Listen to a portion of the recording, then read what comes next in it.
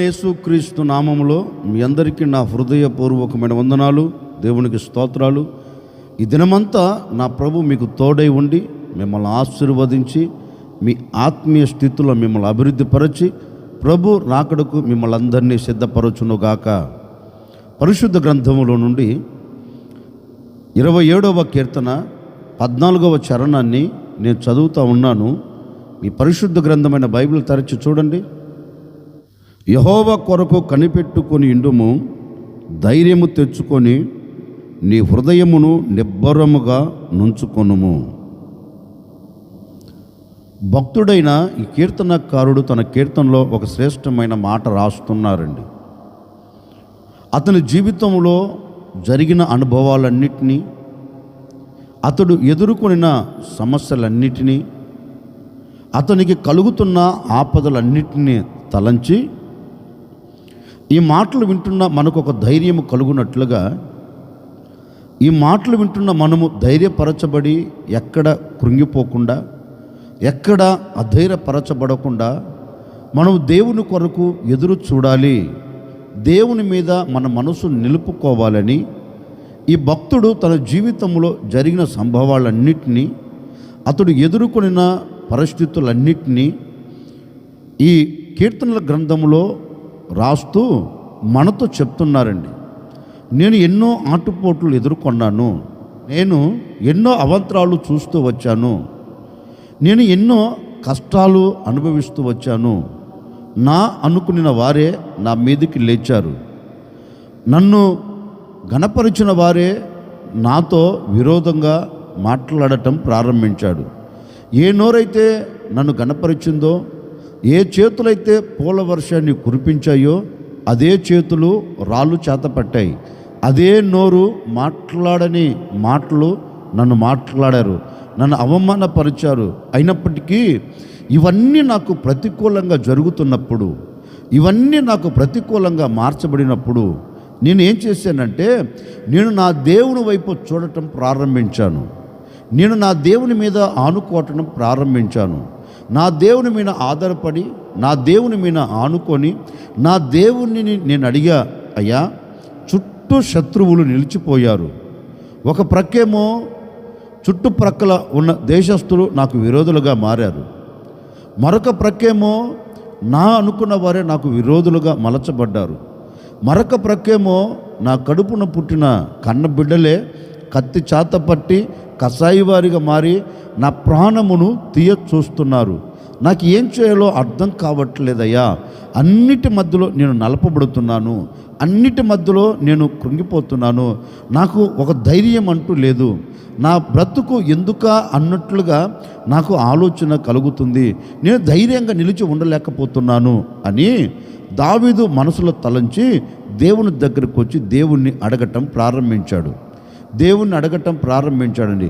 ఎప్పుడైతే దేవుణ్ణి అడగటం ప్రారంభించారో దేవుని యొద్ద నుండి ఒక ధైర్యముతో కూడిన మాట, దేవుని యొద్ద నుండి ఒక ధైర్యంతో కూడిన మాట దావీదుకు వస్తుందండి. దావీదు, ఎందుకు కంగారు పడతావు, ఎందుకు అధైర్యపరచబడతావు? నిబ్బరము కలిగి ధైర్యముగా ఉండు, నిబ్బరం కలిగి ధైర్యం తెచ్చుకో, నేను నీకు తోడులేనా? ఒకప్పుడు నీవు అరణ్యములో ఉండినప్పుడు నేను నీ ప్రక్కలేనా? చీకట్లో నువ్వు నడిపించబడుతున్నప్పుడు నేను నీకు వెలుగుగా లేనా? సింహపు నీ ఎదుట నిలబడినప్పుడు సింహాన్ని చంపగలిగిన శక్తి, ధైర్యం నేను నీకు ఇవ్వలేదా?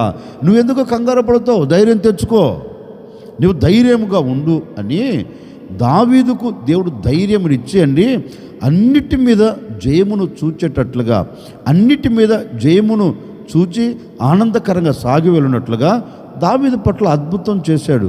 దావీదు జీవితం కూడా ఒక చిన్న సంఘటన జరిగిందండి. శత్రువులందరూ వచ్చి దావీదు లేడు అన్న సంగతిని విని దావీదు నివసిస్తున్న పట్టణం మీద ఒక్కసారి పడి పట్టణాన్ని మొత్తం కాల్చి పడవేసి ఆ పట్టణంలో ఉన్న ప్రతి వారిని తీసుకుని వెళ్ళారండి. ఆస్తులన్నీ తీసుకుని వెళ్ళారు. దావీదుతో కూడిన వారు వచ్చి చూస్తే పట్టణం మొత్తం కాల్చబడుతుంది.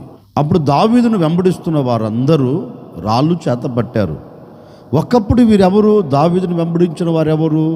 ఏమీ లేనివారండి, అప్పులతో కూరుకొని పోయినవారు, ఎన్నో శ్రమలు అనుభవిస్తున్నవారు. ఇప్పుడు దావీదుతో వచ్చారు కదా, అలాంటి ఇబ్బందులు ఏమీ లేవు. ఆనందకరంగా ఉన్నారు, ఆనందకరంగా జీవిస్తూ వస్తున్నారు. ఎప్పుడైతే తనకు కలిగిన వారు దూరమైపోయారన్న సంగతిని విని చూచారో, మరుక్షణం దావీదును పొగిడిన వారే, దావీదును గణపరిచిన వారే, దావీదు మీద పూల వర్షం కురిపించిన వారే ఇప్పుడు రాళ్ళు చేత పట్టడం ప్రారంభించారండి. రాళ్ళు చేత పట్టి దావీదును చంపాలని లేనిపోని మాటలు మాట్లాడుతూ దావీదును హీనపరుస్తున్నారు, హేళన చేస్తున్నారు, అవమానపరుస్తున్నారు. అప్పుడు దావీదు ఏం చేశారో తెలుసండి? తిన్నగా దేవుని దగ్గరికి వెళ్ళి తమ దేవుడైన యెహోవాను బట్టి ధైర్యము తెచ్చుకొని, అప్పటి వరకు దావీదు నిబ్రము కలిగి ధైర్యముగా నిలిచి ఉండలేకపోయాడు. ఎప్పుడైతే దేవుని పాదాల చెంతకు చేరారో, వాక్యం అంటుంది, తమ దేవుడైన యెహోవాను బట్టి దావీదు ధైర్యము తెచ్చుకొని దావీదు దేవుని సన్నిధిలోనికి వెళ్ళి ప్రార్థన చేయడం ప్రారంభించాడు. మరి నేను పోగొట్టుకున్నవన్నీ మరలా నాకు దొరుకుతుందా? నేను వెళితే సంపాదించుకోగలనా అని దావీదు దేవుని సన్నిధిలోనికి వెళ్ళి ధైర్యం తెచ్చుకొని దేవుణ్ణి అడుగుతున్నాడు. ఇప్పుడు నేను వెళితే పోగొట్టుకున్నవన్నీ తెచ్చుకోగలనా, సంపాదించుకోగలనా, వెళితే వారు నాకు దొరుకుతారా అని అడిగితే దేవుడు అంటారు, నీవు భయపడవలసిన అక్కర్లేదు, నేను నీతో కూడా ఉంటాను. నువ్వు ధైర్యం తెచ్చుకుని వెళ్ళు, నీకు కలిగిన సమస్తం పోయింది కదా, అన్నిటిని నేను మరలా నీ చేతులకు అప్పగిస్తాను అని దేవుడు దావీదును ధైర్యపరిస్తే, దేవుని బట్టి దావీదు ధైర్యం తెచ్చుకొని తిన్నగా వెళ్ళి సమస్తమును తెచ్చుకొని ఆనందకరంగా బ్రతికారండి. నిజమే, దావీదు పోగొట్టుకున్నవన్నీ ఎందుకు సంపాదించుకోగలిగారు అంటే దేవుని సన్నిధిలో ధైర్యాన్ని తెచ్చుకున్నాడండి. అంటే దేవుని మీద ఆధారపడ్డాడు, దేవుని కొరకు కనిపెట్టాడు. నా ప్రభు తప్పక కార్యం చేస్తాడు, నేనెందుకు కంగారు పడాలి, నా దేవుడు అద్భుతం చేస్తాడని ఆయన మీద ఆధారపడి, ఆయన మీద ఆశపడి, ఆయన కొరకు కనిపెట్టుకొని ఆయనను అడిగితే పోగొట్టుకున్న సమస్తమును దేవుడు దావీదుకు దయచేశాడండి. నేను కూడా ఈ ఉదయకాల సమయంలో చెప్పాలి అనుకున్న మాట ఏంటంటే, ఒకవేళ దావీదుకు కలిగిన వేదన నీకు కలిగిందేమో, ఒకవేళ దావీదుకు కలిగిన పరిస్థితులు నువ్వు ఎదుర్కొంటున్నావేమో, ఎన్నో అవమానాలు, ఎన్నో నిందలు, ఎన్నో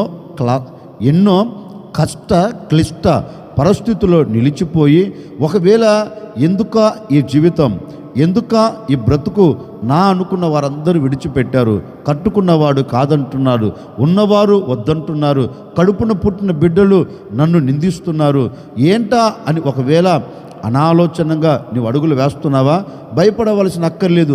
యెహోవా కొరకు కనిపెట్టు, నీ కొరకు కార్యము చేయగలిగిన దేవుని మీద నీవు ఆధారపడు, మనుషుల మీద ఆధారపడవద్దు. ఇప్పటి వరకు మనుషుని మీద ఆధారపడ్డావు, ఇప్పటి వరకు అధికారుల మీద ఆధారపడ్డావు, ఇప్పటి వరకు అధికారులను ఆశ్రయించావు, ఇప్పటి వరకు అధికారులను నమ్ముకున్నావు కానీ నమ్ముకున్న నీ జీవితానికి ఏం కలిగింది మేలు? ఏం కలగలేదు కదా. ఈనాటి వరకు అవమానపరచబడుతూనే ఉన్నావు, ఈనాటి వరకు కన్నీరు కారుస్తూనే ఉన్నావు. ఓ సేవకుడిగా ఈ ఉదయకాల సమయంలో నేను మీతో చెప్పాలి అనుకున్న మాట ఏంటంటే, ఏ కష్టము కలిగినా, ఏ నష్టము నీకు కలిగినా, ఏ అవమానము నీవు చూస్తున్నా, ఏ నిందలు నీవు భరిస్తున్నా, నా అనుకున్న వారందరూ నీ మీద అసూయపడుతున్నా, పొగిడిన వారి నిన్ను అవమానపరుస్తున్నా, పూల వర్షం కురిపించిన వారి రాళ్ళు చేత పట్టినా ఏం కంగారు పడవలసిన అక్కర్లేదు. ఇది జరగదు అనే ఆలోచన నీకు అవసరం లేదు. నీవు ఈరోజు యెహోవా కొరకు కనిపెట్టు చూడు, యెహోవా మీద ఆధారపడి చూడు, నేను ప్రకటించే యేసు క్రీస్తు మీద నీవు ఆనుకొని చూడు.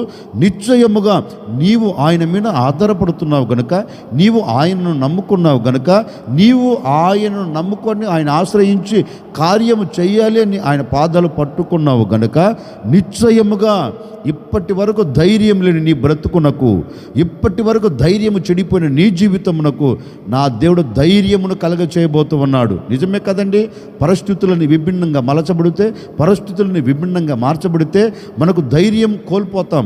మనం ధైర్యాన్ని కోల్పోయి అట్లాగా కుప్పగా కోల్చబడుతాం. ఇంకేంటిలే, ఇంకేమి చూస్తాను, ఇంకేమి జరుగుతుంది అనే అధైర్యం కలుగుతుందండి. అధైర్యపడవలసిన అక్కర్లేదు. తమ దేవుడైన యెహోవాను బట్టి దావీదు ధైర్యం తెచ్చుకునేటట్లుగా నీవు నీ దేవుడైన యెహోవాను బట్టి నువ్వు ధైర్యం తెచ్చుకోగలిగితే, పోగొట్టుకున్న ప్రతిదీ నా ప్రభుని చేతులకు అప్పగించబోతూ ఉన్నాడు. పోగొట్టుకున్న ప్రతిదీ మరలా నా దేవుడు నీ కుటుంబంలో నిలబెట్టబోతూ ఉన్నాడు. ఏది నీకు దూరమైందో, ఏది నీవు కోల్పోయావో, ఏది శత్రువు దోచి వేసుకున్నారో ప్రతిదీ కూడా నా దేవుడు నీ చేతులకు అప్పగించబోతూ ఉన్నాడు. నువ్వు పోగొట్టుకున్న ప్రతిదీ నీవు అనుభవించేట్లుగా దేవుడు కార్యం జరిగించబోతూ ఉన్నాడు.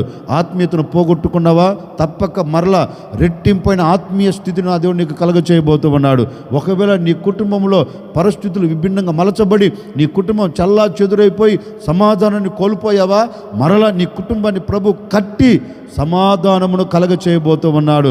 ఎవరి ద్వారా నీకు సహాయం కలగకపోవచ్చు, ఎవరి ద్వారా నీకు ఆదరణ కలగకపోవచ్చు, ఎవరి ద్వారా నీకు ధైర్యం కలగకపోవచ్చు. నేను ప్రకటించే యేసు నీకు ధైర్యమును కలగ చేయబోతూ ఉన్నాడు. అందుకే లేఖనము చెప్పకనే చెప్తుంది, నేనే ధైర్యపరచబోతూ ఉన్నాను. భయపడకుడి, నేనే ధైర్యము తెచ్చుకో అని మాట ఇస్తున్నాడు. నా ప్రభు ఈ ఉదయకాల సమయంలో మాట ఇస్తున్నాడు, నేనే నీ పక్షమున ఉండబోతున్నాను. నీకు కలుగుతున్న అలజడలను చూచి నువ్వు అధైర్యపడవద్దు, నీకు కలుగుతున్న ఆటంకాలను చూచి అధైర్యపడవద్దు.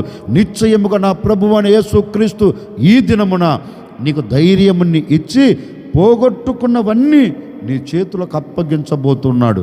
అవన్నీ జరగాలంటే ఈరోజు ఆయన కొరకు నువ్వు కనిపెట్టి చూడు, ఆయన కొరకు నువ్వు కనిపెట్టి ఆయన మీద ఆధారపడి చూడు. ఈ దినం నా ప్రభు సమస్తము నీ చేతికి అప్పగించబోతూ ఉన్నాడు, సమస్తమును సమకూర్చి నీ చేతుల్లో పెట్టబోతూ ఉన్నాడు.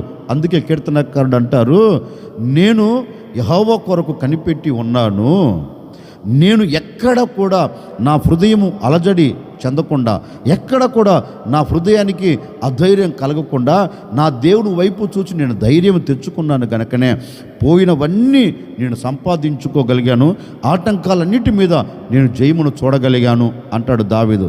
అదేవిధంగా నా ప్రభు ఈ దినము నుండి పోయినవన్నీ మీరు సంపాదించుకునేటట్లుగా నా దేవుడు మీకు ధైర్యమును కలగ చేయబోతూ ఉన్నాడు.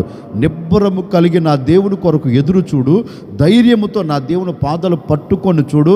ఆయన కొరకు ఎదురు చూచిన వారు సిగ్గుపడినట్లుగా, ఆయన మీద ఆధారపడిన వారు అవమానపరచబడినట్లుగా, ఆయనను నమ్ముకున్న వారి జీవితంలో ఏ క్రియ జరగకుండా ఉండినట్లుగా చరిత్ర లేదండి.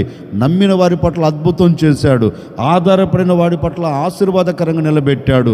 మరి ఆయనను ఆశ్రయించిన వారి ఎడల ఆపదల మధ్యలో ఆదుకొన్నాడు, అద్దరికి చేర్చాడు. మీ కుటుంబాలను కూడా నా ప్రభు ఆపదల మధ్యలో నుంచి మిమ్మల్ని ఆదుకొని ఆటంకాలను తీసివేసి మీ కుటుంబాలన్నిటిని అద్దరికి చేర్చునుగాక. అద్దరికి చేర్చున్నట్లుగా నా దేవుడు మీకు ధైర్యమును కలగ చేయబోతూ ఉన్నాడు. ఆ ధైర్యముతో మీరు గమ్యము చేరుదురుగాక, అన్నిటి మీద మీరు జయము పొందుకొని సాగి వెళ్ళుదురుగాక. ఆశ్చర్యకరుడా మీకు స్తోత్రాలు చెల్లిస్తూ ఉన్నాము తండ్రి. మీ లేఖనంలో రాయబడినట్లుగా నిబ్బరము కలిగి ధైర్యముగా ఉండు అని మీ లేఖనాలు సెలవిచ్చినట్లుగా మిమ్మల్ని బట్టి మేము నీ వైపు చూస్తూ నిబ్బరము కలిగి ధైర్యముగా అడుగులు వేయబోతూ ఉన్నాం. మా అడుగులలో జయాన్ని కలగ చేయండి. మేము వెళుతున్న మార్గంలో జయమును చూడాలి తండ్రి. ఈ దినమంతనైనా మీ బిడ్డలు ధైర్యాన్ని తెచ్చుకొని పోగొట్టుకున్నవన్నీ సంపాదించుకునేదానికి, దూరమైపోయినవన్నీ మరలా వారికి సమీపంగా మలచబడినట్లుగా మీరు సహాయం చేయండి. ప్రతి కుటుంబం సమాధానముతో, ఆనందముతో, సంతోషముతో సాగి వెళ్ళినట్లుగా నాయన ఈ బిడ్డలు బ్రతుకు దినములన్నిట ధైర్యాన్ని తెచ్చుకొని సాగి వెళ్ళినట్లుగా మీరు కార్యాన్ని జరిగించమని యేసు నామములు అడిగి వేడుకొనుచున్నాము తండ్రి, ఆమెన్. ఈ దినమంతా నా ప్రభు మీకు తోడై ఉండి మీ హృదయమునకు కలవరము కలగకుండా పరిస్థితులన్నిటిని అణచివేసి మీ హృదయమునకు నా దేవుడు ధైర్యాన్ని కలుగచేసి మీరు పోగొట్టుకున్న ప్రతిదీ మరల నా దేవుడు ఈ దినం మీ చేతులకు అప్పగించునుగాక.